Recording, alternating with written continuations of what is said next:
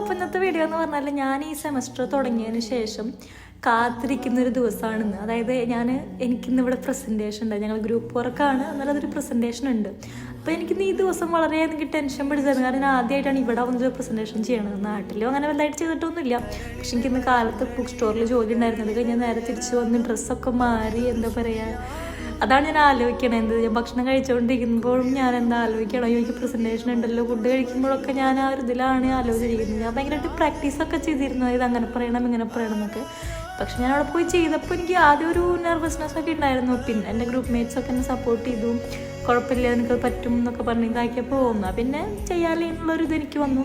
അങ്ങനെ എൻ്റെ പ്രസൻറ്റേഷൻ വളരെ നന്നായി കഴിഞ്ഞിരുന്നു. പ്രൊഫസർ നല്ല അഭിപ്രായമൊക്കെ പറഞ്ഞു. അങ്ങനെ അത് കഴിഞ്ഞ നേരം എനിക്ക് സാധനങ്ങൾ പഠിക്കാനുണ്ടായിരുന്നു, അത് മേടിക്കാൻ പോയി. പിന്നെ ഞാൻ തിരിച്ചു വന്നു. പിന്നെ വേറെ കാര്യങ്ങളൊന്നും ഉണ്ടായിരുന്നില്ല വീട്ടിൽ. അപ്പോൾ അത്രയുള്ള എൻ്റെ വീഡിയോ. ബൈ.